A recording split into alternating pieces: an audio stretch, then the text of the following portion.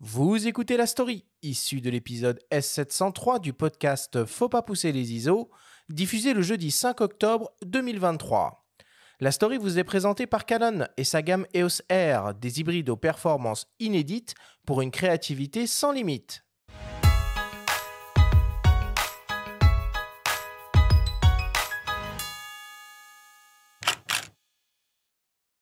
Sensibiliser, interpeller le plus grand nombre autour de thématiques sociales et environnementales par l'image. Telle est la mission de Bonplan, au pluriel, une société de production audiovisuelle et multimédia créée par Samuel Bess.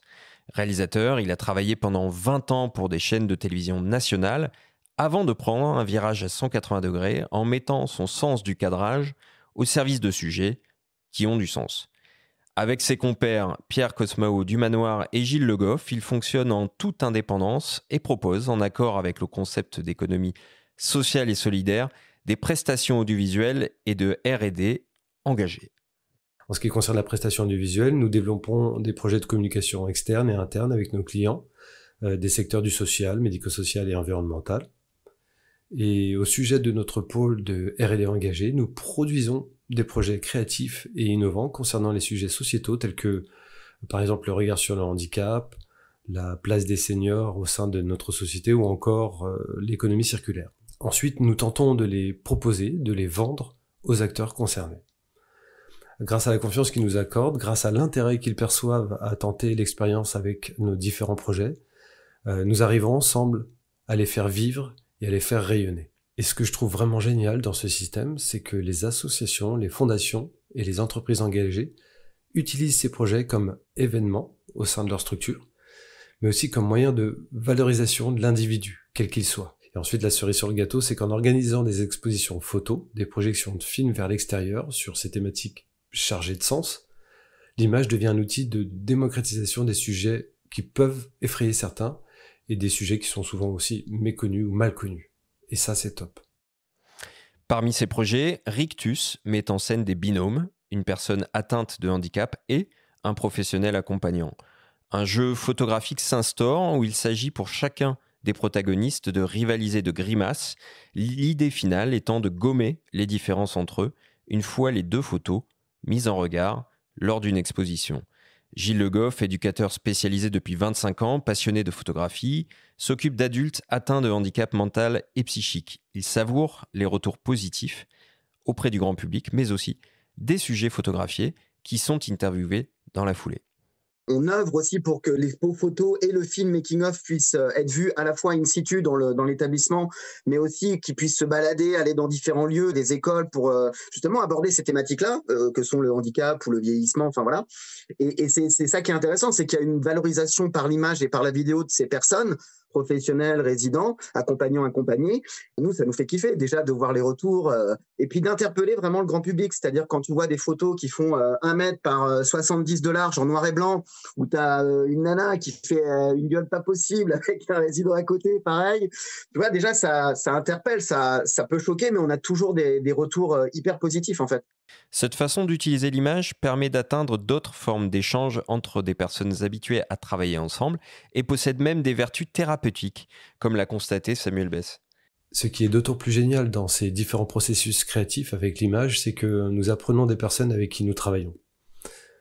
Par exemple, suite au projet Rictus que nous avons réalisé récemment avec Clariane, après le shooting photo et l'interview vidéo d'un binôme créé pour le projet, l'accompagnant nous a confié avoir redécouvert la personne en situation de handicap qu'il accompagnait depuis 2 ans. Pour nous, ça a été un choc, très positif, dans le sens où on a réalisé que l'impact de l'image pouvait être presque, si j'ose dire, thérapeutique. Les deux compères soulignent la dimension durable de leur démarche du point de vue social et environnemental. Dans un autre projet, Les Uns Parfaits, ils traitent par exemple de l'inclusion des personnes âgées. Une belle manière de s'approprier les outils photo et vidéo pour mettre en avant ces personnes que l'on ne voit pas et que l'on n'entend pas.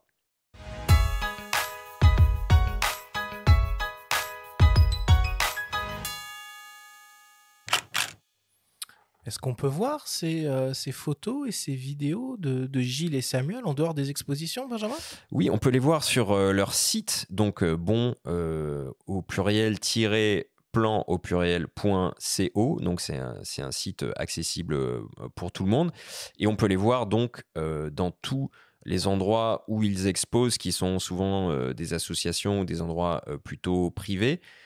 On peut regretter, parce qu'on parlait tout à l'heure avec Jean-Pierre aussi d'éventuelles expositions tournantes de Gueule du Rugby, mais en l'occurrence, pour avoir échangé avec Samuel et Gif, on peut regretter que des galeries photos n'ouvrent pas un peu plus leurs portes à ce type de sujet, qui, il est vrai, n'est pas simple. C'est traiter du handicap mental et psychique en photographie, en l'occurrence le projet Rectus, c'est pas quelque chose d'évident, mais je trouve qu'ils sont parvenus à faire quelque chose. Ils ont bien contourné la chose via un jeu photographique, comme on en a parlé. Et c'est vrai que de regarder ces diptyques avec la personne atteinte de ce handicap et l'accompagnant, qui les met au même niveau via leur grimace, il y a un truc qui est vraiment sympa. Et finalement, c'est un sujet dont on peut parler, qu'on devrait parvenir à montrer. Je veux dire, quand on voit des films, le succès de Intouchable ou de Hors Norme, tout ce que font Toledano, Nakache au niveau du cinéma et l'engouement populaire qui est autour de ça, on pourrait tout à fait l'avoir autour d'une exposition photo. Alors Jean-Pierre, j'imagine que cette story, ça fait écho, évidemment, chez toi, la cohabitation entre la photo et la vidéo, d'autant plus lié au portrait. Ça te parle, ce genre de choses, j'imagine. Oui, le portrait, avant tout, alors, c'est l'ADN du projet Gueule du Rugby, la photo, ses yeux, le regard, le miroir de l'âme. Et l'évolution après dans la suite et la continuité, c'est d'ajouter quelque chose d'essentiel pour moi, c'est la vidéo. Quand on voit un portrait, quand on voit une exposition, on se dit chouette, on est devant l'œuvre d'un artiste.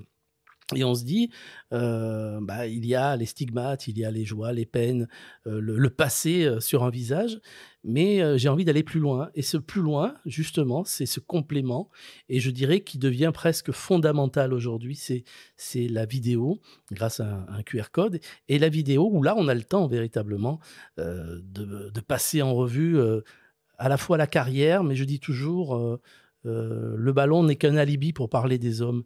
Et très vite, on parle du joueur et de l'homme à travers ses 20 ans ou 30 ans de carrière, même si la plupart des joueurs disent « on est joueur à vie ». Oui, ça, on y reviendra. Et c'est vrai que, mais de toute façon, cette cohabitation photo-vidéo qu'on trouve sur nos boîtiers de plus en plus maintenant, oui. Je sais qu'on en parle. On est, entre guillemets, condamné à avoir accès aux deux mondes. Mais ce type de projet illustre parfaitement que ces deux mondes cohabitent pour le meilleur quand ils sont utilisés à bon escient. Et pour avoir regardé les vidéos de ces sujets photographiés, à la fois donc les personnes atteintes de handicap ou les accompagnants, comme le dit Samuel, il y a même une vertu thérapeutique où les gens se découvrent par échange interposé et arrivent à se dire des choses qu'ils ne se disent pas au quotidien. Donc moi je trouve ça admirable. Merci beaucoup Benjamin pour cette story.